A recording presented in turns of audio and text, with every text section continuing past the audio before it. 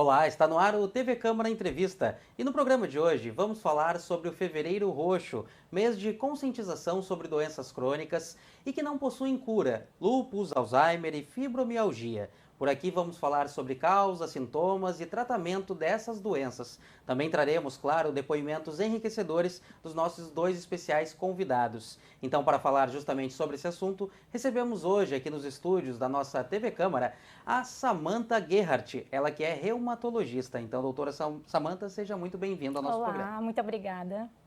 Também participa da nossa edição o neurologista André Palmeira. Então, doutor André, também seja muito bem-vindo. Obrigado pelo convite.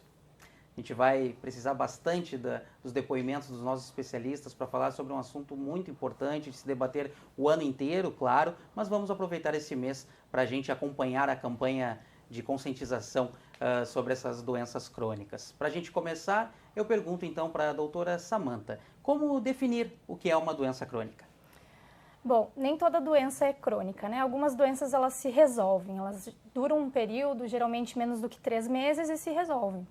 Mas algumas doenças acabam cronificando, acabam perdurando ao longo do tempo. E aí a gente chama essa doença de doença crônica. A partir de quanto tempo, qual período ela é considerada uma doença crônica? Assim? Normalmente a gente usa o parâmetro de 3 meses de sinais e sintomas persistentes. E uma pergunta também para a gente iniciar bastante direta. Toda doença crônica, ela é incurável? Geralmente, quando a gente fala de doenças crônicas, a gente não fala de cura, né? A gente fala ou de controle, né, da doença, como uma hipertensão, por exemplo, a gente tenta controlar a hipertensão, ou no caso das doenças reumatológicas, autoimunes, a gente fala em remissão da doença. Então, a maior parte das doenças crônicas, elas não têm cura. Perfeito. Então, para a gente também colocar o doutor André na nossa conversa, no nosso programa, pergunto para o senhor, doutor, se essas doenças também podem ser consideradas doenças males silenciosos também, se elas atingem a população e por muitas vezes por uma demora no diagnóstico, enfim, a gente não se dá conta que esses sintomas já apareceram há algum tempo. Sim, geralmente as doenças crônicas, elas têm uma evolução muito lenta, né, como a Samantha colocou muito bem, então elas começam de uma maneira muito sutil. Os sintomas são muito leves e eles vão progredindo, eles vão chegando até um certo nível em que começam a surgir complicações. Trazendo um pouco do exemplo da doutora Samantha também, hipertensão. É uma doença que no início não tem sintomas, né? Não, ninguém diz assim, ninguém procura o médico, estou com sintomas que parecem ser pressão alta. Não, porque a pressão aumenta silenciosamente. O que nós vemos são as complicações. Então, um AVC, um infarto, esse tipo de coisa. A mesma coisa acontece com as doenças degenerativas do cérebro, né? Elas começam de uma maneira muito lenta e vão progredindo. Então, quando elas chegam num determinado estágio que está incomodando muito, o que está atrapalhando o dia a dia da pessoa, geralmente esse é um motivador para a pessoa procurar ajuda. E falando então dessa evolução gradual, dessa progressão gradual dessas doenças, doutora Samantha, é possível identificar alguns sintomas, sinais para as pessoas ficarem mais atentas, principalmente falando ali do lúpus e da fibromialgia? Exatamente. É por isso que as ações como, por exemplo, o Fevereiro Roxo são tão importantes. Porque como as pessoas não sabem o que pode ser um sinal ou sintoma das doenças, se a gente não ensina, se a gente não educa as pessoas sobre o que ficar atento, como é que a pessoa vai saber se aquilo é normal ou não, né? Então, falando, por exemplo, do lúpus, a gente pode ter dores nas articulações, o que também pode acontecer na fibromialgia. No lúpus, a gente pode ter queda de cabelo. Então, se a pessoa apresenta queda de cabelo, pode ser um sinal de lúpus. É claro que existem inúmeras outras causas de queda de cabelo, mas é um sinal bastante comum.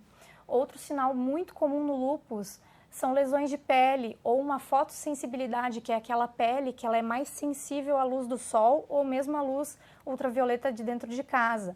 A pessoa ela pode desenvolver a famosa asa de borboleta, que é o rash malar, que é uma lesão de pele avermelhada na pele, e isso, de repente, a pessoa começa a notar e não consegue conectar que pode ter a ver com a dor nas articulações que ela está sentindo. A pessoa pode ter aftas orais, úlceras na boca ou dentro do nariz e pode ter relação com o lúpus. Então veja que são sinais e sintomas que podem acontecer no dia a dia, uma afta oral, algo de queda de cabelo, uma dorzinha nas juntas, mas que juntando todos esses sinais e sintomas, opa, será que não é lúpus? e aí a pessoa pode procurar o diagnóstico adequado. Doutora, você falava sobre sintomas semelhantes entre lúpus e fibromialgia. A união, a combinação dessas doenças, ela é bastante comum, num percentual? Sim. Quem tem lúpus pode ter fibromialgia, né? E quem tem fibromialgia precisa ser avaliado se não tem alguma outra doença junto, né? A gente sabe que a fibromialgia ela é uma síndrome de sensibilização central à dor. A pessoa sente dor demais, sente mais dor do que deveria. Isso é um processo que acontece no cérebro de uma forma amplificada. E esse processo de amplificação pode acontecer em diversas doenças, reumáticas ou não. Então, a gente sabe que pessoas, por exemplo, com lúpus podem ter fibromialgia e essa taxa é aumentada dentre pacientes com lúpus. Também pessoas com artrite reumatoide ou outras síndromes reumáticas podem ter fibromialgia. A gente sabe também que algumas síndromes infecciosas, como por exemplo dengue, que está tão em voga agora, ou chikungunya, por exemplo, esses pacientes que passam por essa infecção podem posteriormente, quando cronificam os sintomas, ficarem com o diagnóstico de fibromialgia. Então, existem várias condições em que a fibromialgia pode estar presente. Doutor André, como essas doenças também podem afetar o nosso sistema neurológico? Especificamente em relação ao Alzheimer, né? Então, temos o mês de conscientização agora, o Fevereiro Roxo. Doença de Alzheimer geralmente começa com um comprometimento da memória. E não é aquela memória mais antiga. Nós estamos falando de uma memória mais recente. Coisas que aconteceram recentemente. Por exemplo, não se lembrar do que comeu. Guardar objetos e não lembrar onde guardou. Marcar compromissos e não se lembrar. Então, essas coisas vão começando discretamente. Esses esquecimentos, eles vão progredindo até um certo ponto em que começam a afetar atividades, como, por exemplo, pessoas que são ativas no ponto de vista de trabalho, começam a ter dificuldades em executar o seu trabalho, começam a ter dificuldades em dirigir. Aquela pessoa que cozinhava super bem, começa a não cozinhar muito bem, se perder em caminhos que antes a pessoa se conhecia. Então, vamos supor, um taxista que conhece o roteiro, o trajeto de Porto Alegre inteiro, começa a se perder em certos caminhos, dificuldade em resolver situações, então às vezes as pessoas acabam caindo em golpes com facilidade, né? É nesse sentido que a doença de Alzheimer vai começando.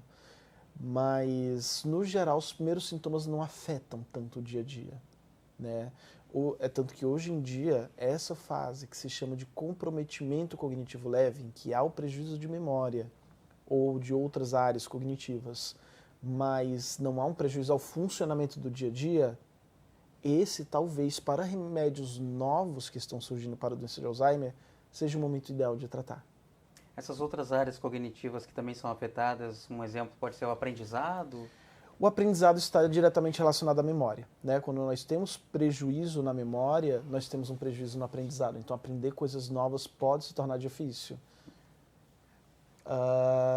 Os outros domínios que eu falo, por exemplo, linguagem. Então, a pessoa começa a ter uma dificuldade de nomear as coisas, uma dificuldade de se expressar, uma dificuldade de compreender o que é dito. Comportamento. Então, se a pessoa começa a apresentar comportamentos que antes ela não tinha, uma certa mudança na personalidade, aquela pessoa às vezes que era muito séria, começa a se tornar uma pessoa mais jocosa, o que a gente chama de funcionamento executivo, né? Então é como se o raciocínio da pessoa ficasse mais lento, ela tem dificuldade de associar informações novas, dificuldades, algumas mais raras também, como por exemplo, reconhecer rostos familiares, reconhecer objetos visualmente. Em fases mais avançadas, dificuldades como, por exemplo, as apraxias no se vestir, imitar gestos, usar objetos, podem aparecendo, né? Mas para a doença de Alzheimer, a memória é mais comum. As outras, elas podem surgir conforme a doença avança, ou mesmo surgir em algumas formas atípicas que são muito raras.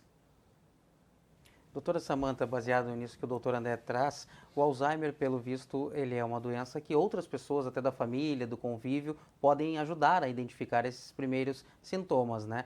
O lúpus, ele tem causas mais aparentes para alguns e a fibromialgia é a própria pessoa que vai identificar aquelas dores nas articulações no dia inteiro, aquela constância, né? Me pergunto então se isso define também a importância de um tratamento multidisciplinar. Sem dúvida. tanto na fibromialgia quanto no lúpus, o tratamento multidisciplinar, na verdade, ele é uma pedra angular, ele é importantíssimo. É tão desafiador tratar essas doenças que a gente não consegue encontrar, e eu acho que nunca será possível encontrar um remédio milagroso que vai resolver todos os males da doença.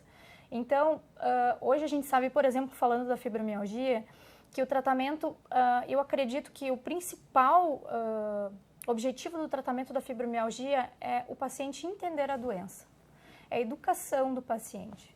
Porque quando o paciente sabe o que ele está enfrentando, ele sabe identificar gatilhos geradores de dor, ele sabe identificar coisas que minimizam a dor. Então, como é uma síndrome dolorosa no cérebro, é muito importante que o paciente seja protagonista do seu tratamento. É claro que ele não anda sozinho, ele anda junto com o reumatologista ou com o médico da dor, ele vai andar junto com um educador físico, idealmente, com um fisioterapeuta, eventualmente outros profissionais nutricionistas que podem auxiliar no manejo dessa síndrome que é tão complexa. Mas não existe possibilidade de fazer o tratamento com apenas um profissional e sem que o paciente, de fato, tome as rédeas do tratamento para poder ter melhores resultados no tratamento. Então, é extremamente complexo e a gente precisa de uma equipe do nosso lado.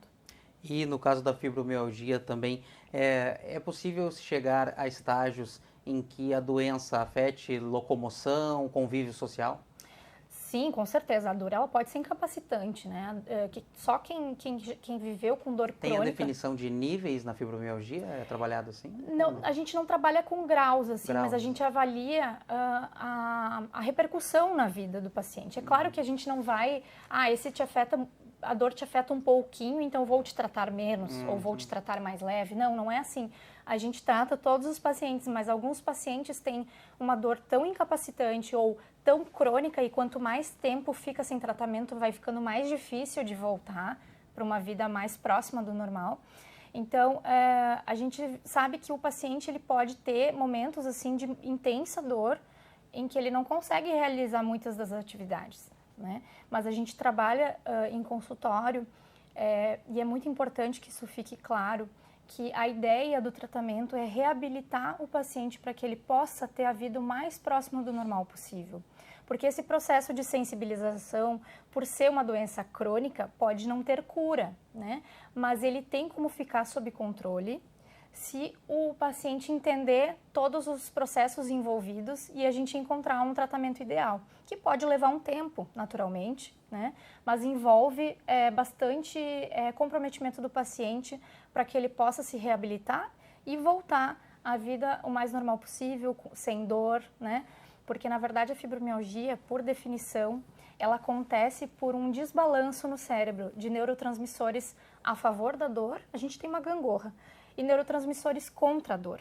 Então, a pessoa que tem fibromialgia, ela tem muitos neurotransmissores que geram dor e poucos neurotransmissores da felicidade e do prazer.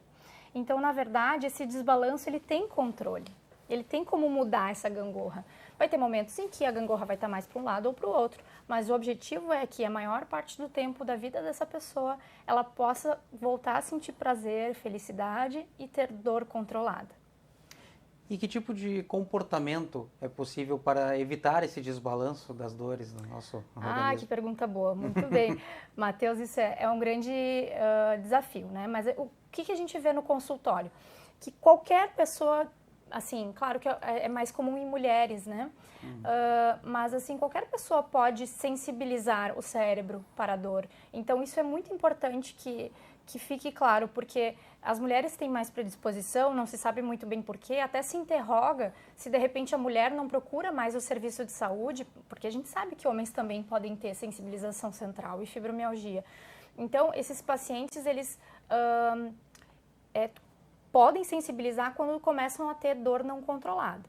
Então, mesmo que eu tenha machucado o meu cotovelo jogando tênis, Se eu não tratar adequadamente uma tendinite simples e isso ficar me machucando, ou eu uso muito no trabalho, sei lá, eu passo muita roupa e fico machucando, isso vai cronificando, posso não ter nenhuma doença grave, assim, é só uma simples tendinite que era para ter resolvido, era para ter sido aguda e ter resolvido, mas à medida em que ela vai cronificando, o cérebro vai se sensibilizando e aí essa dor pode ficar amplificada e mais difícil de controlar. Se a gente mantém esse processo sem freio, isso vai piorando. O que faz piorar e acelerar esse processo? Se a pessoa tem muito fator estressor, se ela está passando por alguma situação difícil, um luto, uma dificuldade financeira, alguma coisa social no trabalho, né? Se ela tem, por exemplo, uma sobrecarga de trabalho físico, por exemplo, pessoas que cuidam de pessoas com doenças crônicas. Então, a gente fala muito da síndrome do cuidador, né? Que é aquela que a pessoa que cuida, por exemplo, de um paciente com Alzheimer, ela pode adoecer. Então, isso é bastante prevalente no consultório e não precisa ter uma doença autoimune reumática envolvida, não. Pode ser qualquer um de nós. Então, é muito importante que dor não é normal. Se a dor começa a cronificar mais do que 3 meses, a pessoa tem que procurar ajuda. Um bom gancho da doutora Samantha, doutora André, sobre essa questão, dor não é normal. Esquecer coisas simples também no nosso dia a dia não deve ser considerado normal pelas pessoas. Então, o senhor indica procurar um auxílio, um atendimento, a partir de quais tipos de perdas de memórias? Eu sempre oriento assim, que primeiro, quando a gente fala desses transtornos degenerativos do cérebro, muitas das coisas, muitos dos fatores que danificam o cérebro são fatores que são modificáveis. Então, fatores que com bons hábitos de vida podem ser prevenidos. Atividade física, alimentação saudável, bons hábitos de sono, não fumar, evitar álcool. Hoje em dia é uma coisa que já se está caindo por terra abaixo, aquela história da quantidade segura de álcool que o indivíduo pode consumir. Não, qualquer quantidade tem um potencial danoso para o cérebro.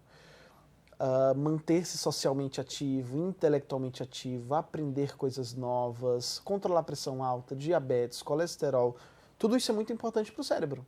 Se a gente faz esse pacote de coisas, cuidar da audição, cuidar da visão, se estima que no Brasil, metade do risco atribuído de desenvolver demência, né? Então, metade da chance de desenvolver demência se deve a fatores de risco modificáveis ao longo da vida.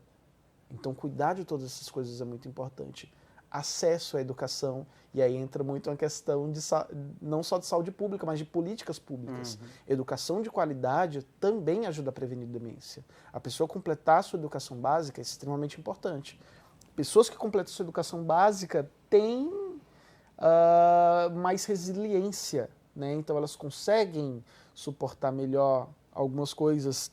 Então, não é qualquer dano que vai causar prejuízos. O que eu sempre digo assim, se os esquecimentos estão se tornando frequentes, os esquecimentos são para coisas importantes, ou a pessoa já tem histórico na família, né, ou a mesma pessoa está se preocupando, né, se é uma coisa que a pessoa já está se preocupando, ou pessoas da família estão se preocupando, ou pessoas do convívio próximo, é interessante procurar ajuda. Né? Como eu disse, a gente não espera chegar na fase que a gente chama de demência. Né? Demência é quando a doença já está numa fase bem avançada. Já o comprometimento cognitivo leve ainda está numa fase inicial. Os tratamentos que estão por vir, eles têm maior eficácia nessa fase. Então, idealmente, quanto mais cedo se investiga, se o indivíduo tem essa preocupação, melhor. Melhor. Porque aí ele pode ir para o consultório, ele procurar atendimento, né? Seja em consultório, seja via SUS, fazer uma avaliação.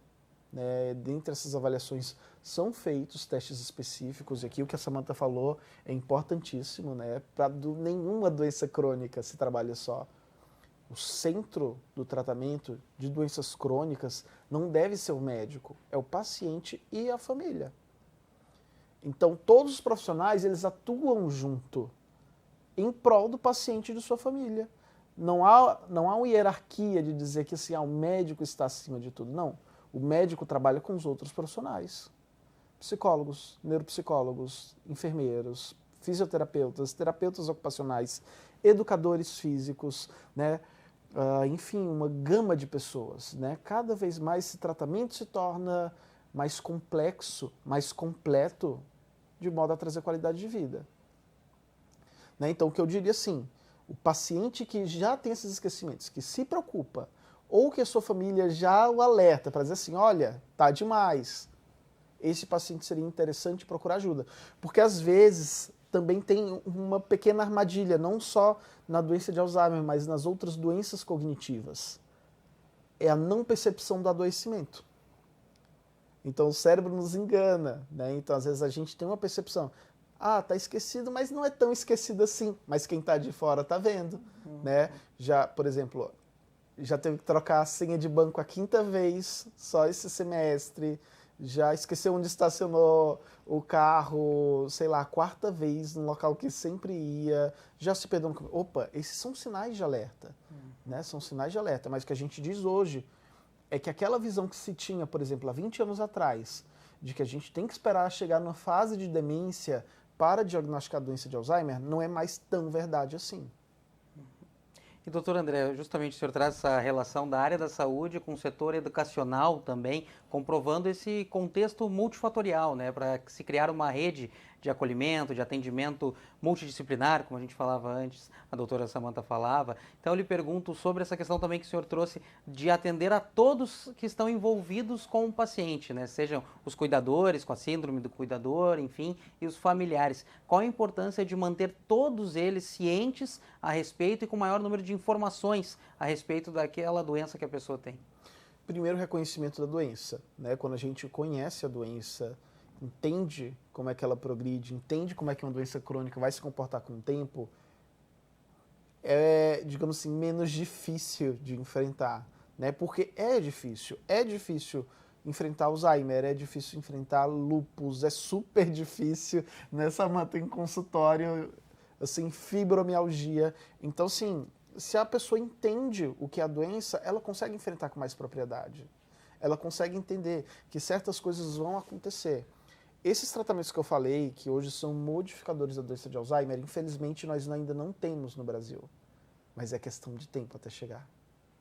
Ele já se existe um processo para se iniciar estudos em populações como a população brasileira e a gente entender como é que esses remédios agem na nossa população. Então, é bem isso assim, cuidar das doenças crônicas é cuidar de todos esses fatores. Todos os fatores. Prevenção, conhecimento da doença, né? Um conhecimento da doença é importante, acesso à saúde também. Eu sempre comento que, eu faço analogia, se eu fosse enfrentar um dragão, se eu não sei o tamanho do dragão, onde que está o olho do dragão, o calcanhar do dragão, ele está para cá, ele está para lá, como é que eu vou enfrentar esse dragão? Né? Então, quando a pessoa se empodera e se imune de informações sobre a sua doença, sobre o seu diagnóstico, sobre o seu tratamento, ela, além de saber o que esperar, ela pode questionar o médico sobre, será que isso é da minha doença? Será que está normal? O tratamento é assim mesmo? Inclusive, podendo participar ativamente do seu tratamento. Né? Então, a pessoa, cada vez mais ela é protagonista e o médico ele serve para caminhar junto do paciente, né? Isso a gente fala que a gente faz decisões compartilhadas, em que o médico faz a parte da ciência, né? De pegar a evidência científica mais recente, a gente sabe aquilo que está sendo estudado e a gente aplica no consultório que já está comprovado. A gente pega também um pouco da nossa praxis, né? Da nossa experiência e passa para o paciente, né? Do nosso conhecimento empírico. E a gente diz para o paciente, olha, esse é o conhecimento, sua doença é assim, e aí, vamos fazer esse tratamento? Vamos ir para esse lado? Você precisa se exercitar? Vamos bolar um plano para isso dar certo? Vamos contar com a ajuda da sua família? Onde que você mora? Como é que são as calçadas da sua casa? Você tem um parque perto de casa? Você tem condições de fazer uma hidroginástica? No seu município tem grupo de dança? Né? Então, a gente precisa personalizar e, para isso, o paciente precisa participar. Então, cada vez mais a gente faz essa consideração de montar um plano personalizado para que dê certo. Tem que ter conhecimento sobre o seu corpo, o seu organismo, como funciona o seu cérebro, como você disse anteriormente, que o cérebro vai se acostumando com essas questões e, inclusive, aprendendo a evitar os gatilhos. Exatamente. A identificação de gatilhos é muito importante, porque quando eu convido os pacientes para começarem a observar, é engraçado, eles começam a tomar um processo de autoconhecimento e às vezes eles chegam no consultório, doutora, eu tive uma crise de fibromialgia, mas eu já sei o que foi, eu briguei com fulano, tá tudo resolvido, já passou. Às vezes o próprio paciente se resolve porque ele compreende o que está acontecendo, ele não se assusta, não se apavora, né? Sabendo que tem um profissional na sua retaguarda para pedir ajuda, né? Se precisar. Mas esse autoconhecimento é essencial e não é só para fibromialgia, não é só para as doenças reumáticas, eu diria para toda a saúde, né? A gente nem sempre tem o hábito de prestar atenção no que o nosso corpo está dizendo, né? Um exemplo fantástico que eu gosto de dar é quando eu pergunto para o paciente o quanto de água ele toma no dia. Muitos nem sabem me referir quanto que toma, né? E outros me falam assim, eu tomo 1 litro, mas tá bom. Não, não tá bom, tá? Se você acha que tá bom, não tá bom. Como é que tá o xixi? Tá bem amarelo concentrado? Não tá bom, né? Então, assim, às vezes a gente não presta atenção, a gente só segue vivendo a correria do dia a dia, que a gente sabe que a vida é corrida, é difícil, vários desafios, mas prestar atenção no nosso corpo, as necessidades básicas, né? Que a gente, às vezes, parece que tá falando sempre as mesmas coisas, mas é que é isso. E o colega já falou que é a questão, e isso eu acho que é a coisa que a gente mais tem em comum aqui nessas doenças, os bons hábitos de vida, né? Como tratamento, mas também prevenção para que as doenças não surjam. Isso é verdade para fibromialgia, é verdade para lúpus, é verdade para Alzheimer. Exercício físico, convívio social, né? Alimentação adequada. Então, estimular o cérebro. Na questão estímulo do cérebro, né? Então, evitar o sedentarismo, evitar fumo, álcool. Então, tudo isso que às vezes a gente fica, de novo tá falando isso, por que a gente fala tanto? Porque funciona, né? Então, a gente sabe que esses hábitos são, às vezes, não posso dizer uma porcentagem, mas é muito importante que seja olhado para isso. Agora, doutora André, para a gente avançar um pouquinho numa outra questão sobre faixas etárias e gênero também. A doutora falava antes que a fibromialgia, por exemplo, é mais comum nas mulheres, né? Embora ainda não se tenha uma resposta muito aprofundada dos motivos, né? Dos porquês. Mas lhe pergunto sobre o Alzheimer especificamente, mais da metade dos casos, se eu não me engano, o senhor pode me corrigir, claro, são após os 60 anos, né? Na verdade, uma ampla maioria, né? Ampla maioria. Assim, abaixo de 65 anos, doença de Alzheimer é uma doença relativamente rara. Pode acontecer? Pode, mas é rara. Depois dos 65 anos, é uma doença que se torna comum. E conforme a gente envelhece, ela vai se tornando mais comum, né? Então, é tanto que a gente usa esse marcador de 65 anos como um divisor de águas, que a gente chama de doença de Alzheimer de início precoce, abaixo de 65, acima dos 65, doença de Alzheimer de início tardio. Por que isso é importante? Antigamente, a gente coloca assim, há 40 anos atrás, se tinha aquele conceito que doença de Alzheimer só existia em pessoas abaixo de 65 anos. Então, por isso era considerado uma doença rara antigamente, né? Acima de 65 anos, eles falavam muito de aterosclerose cerebral, então falavam que a pessoa está esclerosada, enfim, não. Gente, isso tudo é doença de Alzheimer, né?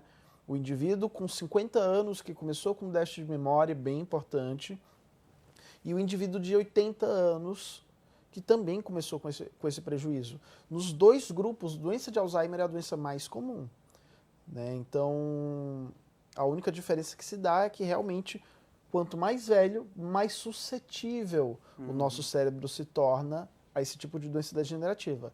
Isso não quer dizer que é a idade, né? Porque aí talvez já surja outra pergunta. E aqueles esquecimentos da idade, né?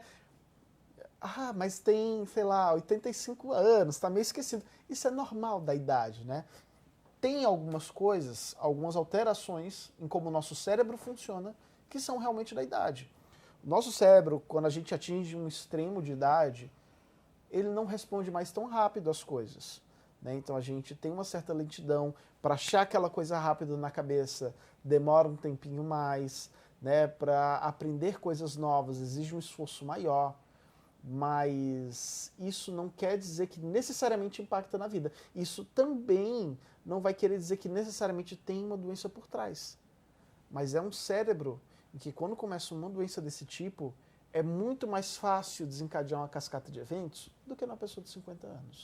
Doutor, como a gente falava bastante sobre essa aceitação e o conhecimento sobre a doença, lhe pergunto nesses casos mais precoces de Alzheimer, se há muita discrepância de aceitação das pessoas mais novas para, claro, as mais idosas.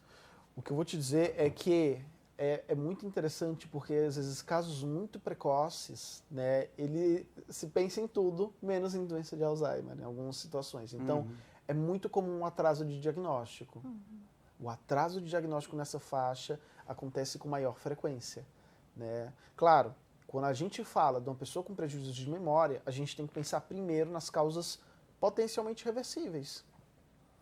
Deficiências de vitamina, como a vitamina B12. Doenças como o hipotiroidismo. Doenças infecciosas, como a sífilis, né? Então nós temos a neurosífilis, que pode provocar prejuízo da memória, e se a gente trata, a gente consegue reverter a situação. Depressão também, né? Então depressão, ela também tem uma série de sintomas que afetam a memória. Então todas essas coisas têm que ser avaliadas, né? Depois que se investiga essas causas potencialmente reversíveis, aí vamos pensar, tem alguma coisa degenerativa aqui. O que é? O senhor trouxe aí exemplos, doenças infecciosas também, outros tipos de doenças que são tratadas por multiprofissionais, né, que só vai ao encontro, então, do que já falávamos aqui. Doutora Samantha, lhe perguntando também das diferenças, de como afeta a vida de homens e mulheres, no caso da lúpus e da fibromialgia. Bom, a gente sabe que, por exemplo, no caso do lúpus também é uma doença que acomete mais mulheres. Assim, a cada um homem acometido, 9 mulheres são acometidas. Então, é uma doença mais feminina. Mas a gente sabe que o lúpus em homens pode ser mais grave. Isso não quer dizer que não existe lúpus grave em mulheres, mas existe essa estatística. São menos casos, porém os casos são mais graves. Podem ser mais graves, né? Talvez seja, assim, um déficit de fato, fazer a epidemiologia correta, né? Porque nem talvez o homem não faça o diagnóstico adequado, né? Por não ter acesso ou por não ir procurar, o homem vai menos ao médico, isso no mundo inteiro, né? Mas a gente sabe essa estatística que quando o homem tem lúpus, ele pode ter um quadro mais grave. Com relação à fibromialgia, não tem muita diferença, depende muito do contexto da pessoa mesmo. Então, o que a gente vê que tem um quadro que leva a quadros piores e mais difíceis de fibromialgia é aquela pessoa que tem um contexto social difícil, que passa por muitos problemas, ou que tenha pouca rede de apoio, uma pessoa, por exemplo, uma mãe que precisa educar os filhos sozinha e ainda sair para trabalhar, enfim, tem uma carga muito pesada, né? Ou pessoas que passam por problemas de adoecimento na família, né? E outro fator muito importante é aquela pessoa que fica anos com dor e não procura ajuda. Então, não é incomum chegar no consultório pacientes com dor crônica e que quando a gente pergunta há quanto tempo você tem dor? Uns 15 anos, 20 anos. Desde os meus 18 anos. E a pessoa tem 40 e poucos. Então, isso não é incomum. E isso chama muito atenção, porque a gente precisa falar sobre a importância de procurar tratamento, né? Porque a pessoa acaba... O que acontece? Ela tem dor no corpo, dor nas articulações, ela vai lá, toma um anti-inflamatório, ou vai na UPA, faz uma medicação, vai para casa. O quadro passa, depois quando volta, vai de novo nesse processo, e assim vai indo, né? É muito importante que a pessoa... de novo está me acontecendo dor, vou procurar o diagnóstico correto. Doutor André, aproveitando também a especialidade, a experiência toda de vocês aqui hoje, quero lhe perguntar de uma maneira mais pessoal sobre os depoimentos que você encontra nos atendimentos, né, da receptividade, de como é o momento do diagnóstico, da pessoa ser diagnosticada com Alzheimer e da família também saber. Olha, sempre é um momento muito difícil, né? Talvez seja um dos momentos mais difíceis receber esse diagnóstico. Então é sempre um choque. Apesar do que as pessoas muitas vezes já suspeitam de alguma coisa, a família já suspeita de algo, a pessoa sempre espera escutar que de repente tem alguma outra coisa, ou que tem uma doença reversível. E francamente, é o que nós esperamos também, né? A gente gosta de deve tratar... ouvir muito, tem certeza? Do... Sim, isso. A gente gosta de achar uma doença que a gente consiga reverter. Então, não apavore no momento do diagnóstico. Isso, então é muito comum passar por sintomas como negação, raiva, depressão, né, até chegar na aceitação da doença. Então isso é um processo longo, né? Para algumas pessoas é um pouco mais rápido, para outras pessoas é um pouco mais lento. Eu sempre penso muito nos casos me vem à cabeça de demência de início precoce, né? Doença de Alzheimer de início precoce. Geralmente é aquele momento que a pessoa fica mais depressiva no começo, fica mais triste. Conforme iniciamos o tratamento, né, principalmente nesses casos que a gente consegue diagnosticar um pouco mais cedo, a pessoa consegue ter alguma qualidade de vida. Infelizmente, a doença de Alzheimer é uma doença que a gente sabe que vai progredir com o tempo, né, mas o tempo que a pessoa tem bem, muitas vezes no começo da doença ela consegue ter um tempo de qualidade quando é tratada. Então consegue realizar sonhos, né, não fica mais atrasando tanto aquela viagem que queria fazer, visitar aquele filho, aquela filha fora do país, né, fazer aquele sonho, né, deixar algo pronto para quando a doença ficar mais grave. Então a gente vê muito isso. Há uma certa tristeza, né, no diagnóstico, mas a aceitação traz uma certa serenidade. Uma serenidade. E as pessoas conseguem enfrentar com mais clareza. Então é bem isso que a gente vem falando assim. Ignorância não é uma bênção, né? Não é uma bênção. Na verdade, o conhecimento é o tratamento para muitas das nossas aflições. Né? Então, quando a gente conhece alguma coisa, mesmo que não seja uma realidade tão quanto a gente gostaria, às vezes entender a realidade no qual a gente está e conseguir se adaptar a essa realidade traz uma qualidade de vida. E sobre fornecer essa qualidade de vida, doutora, como são os depoimentos que você acaba encontrando no consultório, no seu dia a dia, aproveitando também sua experiência, suas atividades profissionais e seu lado humano também, pessoal? Bom, ao contrário da doença de Alzheimer, no caso do lúpus e da fibromialgia, o paciente às vezes não desconfia. Né? Às vezes ele vem assim, meu Deus, eu não entendo o que está me acontecendo, por favor me ajuda. Às vezes o paciente chega com a seguinte frase, você é minha última esperança. Então o paciente, muitas vezes, é claro que existem aqueles que ficam tristes com o diagnóstico, chocados também, mas é com alguma frequência que a gente vê alívio no diagnóstico. Porque o paciente já está há tanto tempo sofrendo e não entende por quê, que quando ele descobre, enfim, o seu diagnóstico, né, entende o que está acontecendo com si próprio, tá, entendi, você está aqui para me ajudar. Tem um foco para identificar. Agora vamos lá, né? É claro que a fase de aceitação, muitas vezes da raiva desse processo, por que comigo, né? Por que está acontecendo comigo, né? Ninguém gosta de adoecer, ninguém quer ter que se tratar cronicamente ainda. Eu não quero tomar um remédio para sempre. Poxa, doutor, eu tenho que tomar por quanto tempo? Preciso mesmo. Então, ninguém gosta de adoecer, mas com orientação, entendendo, com o tempo também, a pessoa vai entendendo, tá, assim é a doença, eu sei o que posso esperar, eu sei os sinais de alarme que eu tenho que prestar atenção, se eu precisar de ajuda, a doutora está aqui, a físio está aqui, a equipe está aqui, né? É importante o pessoal do posto de saúde também, a gente conta muito com a ajuda da equipe do posto de saúde, que é essencial na atenção primária. Então, o diagnóstico muitas vezes é um período de libertação para esse paciente, para uma nova fase de vida. E a qualidade de vida, no meu entender como médica, é um dos objetivos principais. É claro que a gente quer curar quando for possível, né? Tem aquela frase, curar quando for possível, eu não lembro agora, mas é amenizar na maior parte das vezes, mas assim, consolar sempre, né? Tentar ajudar o paciente sempre que possível, porque curar a gente não vai poder curar sempre, né? Como diz o slogan da campanha do governo federal mesmo sobre as doenças crônicas, se não houver cura, pelo menos que haja o conforto para os familiares e para a pessoa, né? Conforto, qualidade de vida, que a pessoa possa seguir cumprindo seus objetivos, sonhando, trabalhando na medida do possível, né? Tendo uma vida completa, plena, né? E o meu conceito de saúde é isso, não a ausência de doença, mas sim que a pessoa, com o diagnóstico que recebeu, ela consiga ter a melhor vida possível, né? E eu sempre brinco, quando eu atendo pessoas muito mais idosas, assim, eu tenho uma paciente de 95 anos que eu disse, então a senhora volta no final do ano? Se eu estiver viva, eu volto, doutora. E eu disse, dona fulana, eu posso morrer antes de você, Isso né? E a gente não sabe, de fato, né? Então a gente tem essa ilusão de que nós somos eternos e o diagnóstico não deve ser uma impressão de que minha vida vai se abreviar. Porque eu posso não viver todo o tempo que eu acho que eu vou viver até os 95, quero muito, mas será que é isso que vai me acontecer?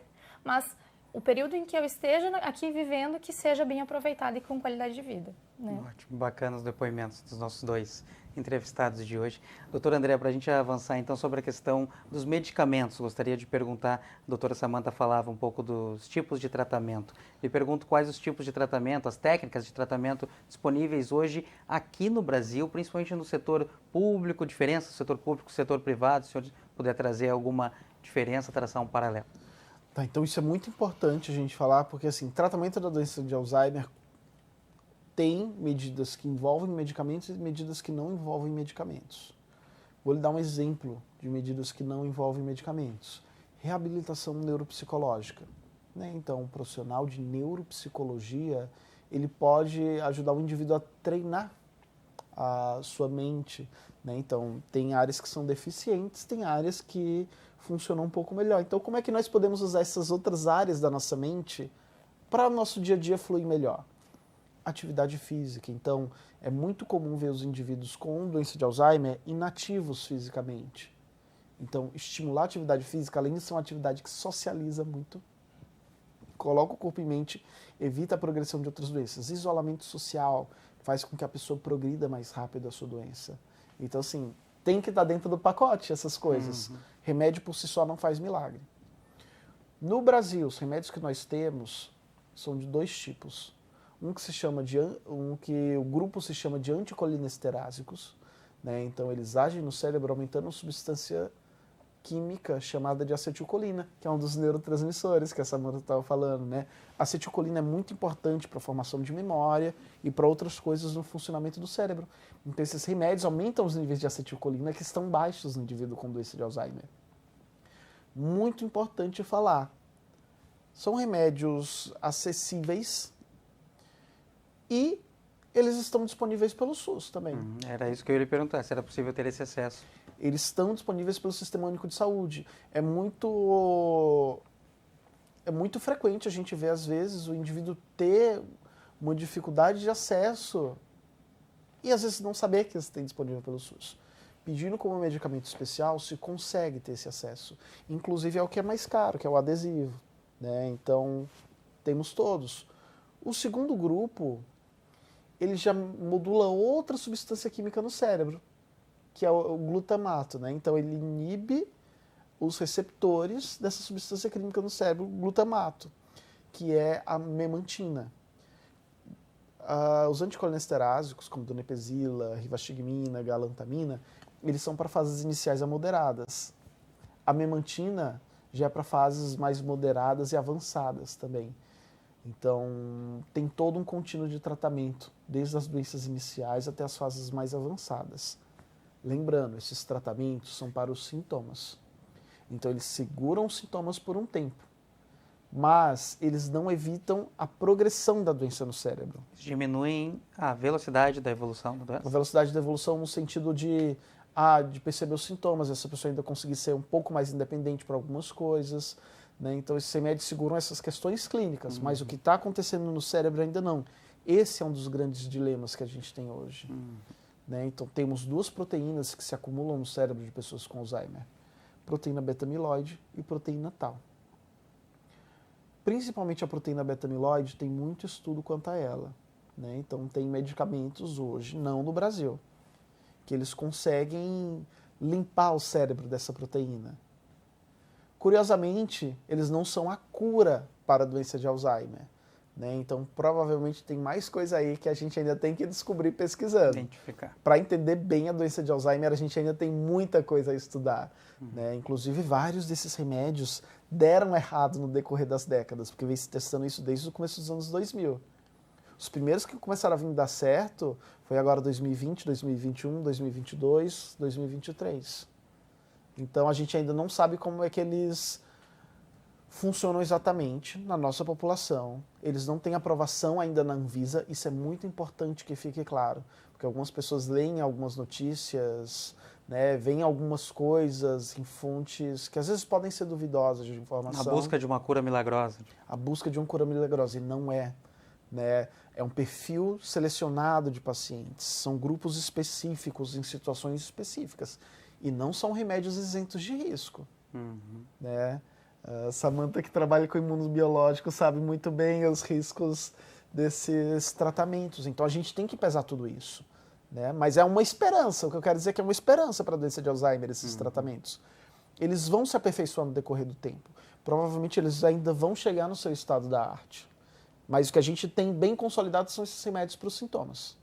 E claro, depressão é uma doença muito comum junto com a doença de Alzheimer, mesmo nas fases avançadas. Então, antidepressivos podem ser úteis aqui. Às vezes, nós temos sintomas como agitação, agressividade, principalmente nas fases avançadas. Remédios como os antipsicóticos também podem ser úteis aqui. Então, é uma soma de coisas. A gente vai tentando encaixar e personalizar o tratamento. O tratamento não é o mesmo para todo mundo, né? Na verdade, é um princípio de dignidade no tratamento, que a gente possa oferecer o que o paciente precisa. E não necessariamente tentar colocar o paciente numa caixinha fossa. Aquela caixinha não cabe. Cada paciente tem o seu espaço. E a gente tem que entender esse espaço. Isso é o mais difícil de tratar a doença crônica.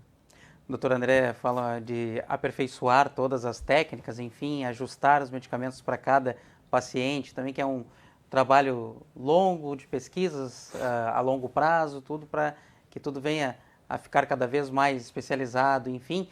Isso remete também à sua primeira manifestação, doutora Samantha, que dizia que por vezes parece que a gente está se repetindo, falando mais uma vez sobre determinado tema, determinadas dicas, enfim, mas é porque funciona. É porque é preciso e é necessário. Por isso a gente abre esse espaço aqui na TV Câmara para a gente poder ouvir também 2 especialistas no assunto e para o público ficar bem informado sobre essas doenças. Para a gente concluir, então, doutora Samantha, a sua participação também, perguntando sobre as técnicas mais comuns hoje para o tratamento da lúpus e também da fibromialgia. Bom, são doenças diferentes, então eu vou dividir minha resposta. Começando pela fibromialgia, o tratamento base é educação do paciente, aquilo que a gente estava falando sobre conhecimento, e o que a gente sabe e o que tem de evidência científica muito forte de que mais melhora a dor crônica é exercício físico, principalmente do tipo aeróbico, que é caminhada, dança, natação.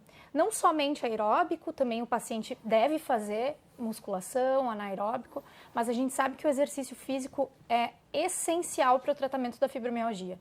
Paciente que não faz exercício físico não consegue melhorar da fibromialgia. Então, o exercício físico ele deve acontecer.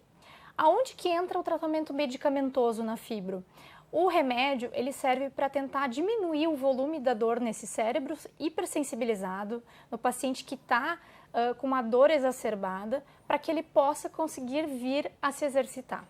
Então, o remédio, na verdade, ele atua tentando melhorar um pouco a qualidade de vida para que o paciente consiga completar o seu tratamento. Alguns pacientes se beneficiam também da terapia cognitivo-comportamental com psicólogos. Então, essa é uma parte muito importante do tratamento, que tem até um certo preconceito. Os pacientes às vezes dizem, mas doutora, eu não estou louco, por que tu está me mandando para o psicólogo? Né? Então, a gente ouve isso no consultório. Só que a gente sabe que muitas vezes o paciente que sofre com dor crônica acaba ficando hipervigil, ele acaba sentindo, achando que está sempre em perigo, que sempre vai sentir dor. Claro, porque ele está sentindo muita dor, ele está percebendo muita dor. Na fibromialgia, até a luz pode causar dor, né? O toque como um abraço pode gerar dor. Então, imagina que enlouquecedor que é isso, né? Então, a psicoterapia, ela, principalmente através da terapia cognitivo-comportamental, que é a que tem mais evidência científica atual, mostra que a gente consegue adequar os pensamentos e comportamentos do paciente para que ele possa diminuir essa hipervigilância, diminuir um processo que a gente chama de catastrofização, que é quando o paciente acha que tudo de ruim vai acontecer com ele. Isso é muito comum nos pacientes com dor crônica.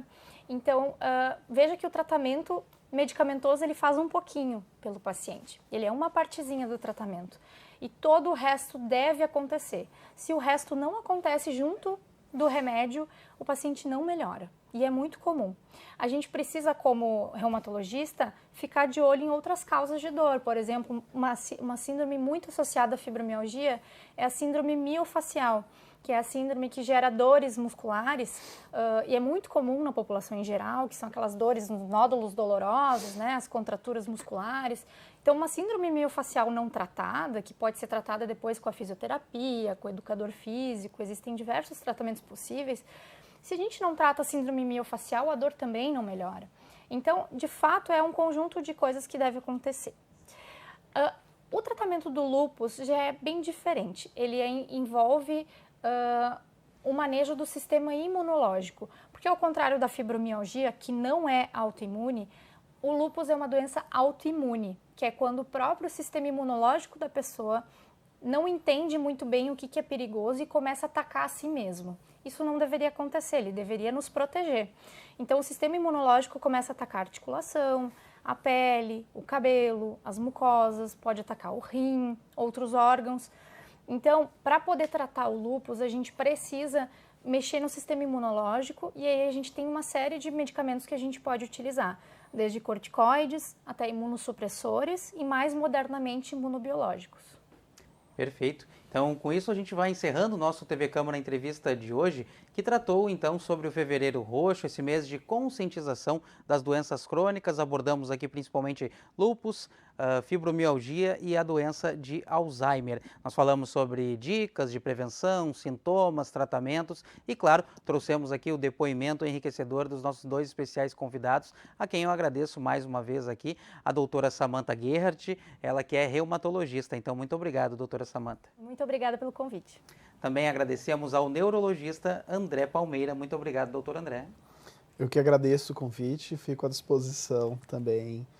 Muito importante, né? Lembro, informação é tratamento também dessas doenças. Com certeza, por isso esse espaço está sempre aberto para debater os temas que afetam a nossa sociedade. Mais uma vez, então, o TV Câmara Entrevista de hoje fica por aqui. Para acompanhar mais detalhes da nossa programação, fique de olho nas nossas redes sociais. Obrigado pela sua companhia e até a próxima edição.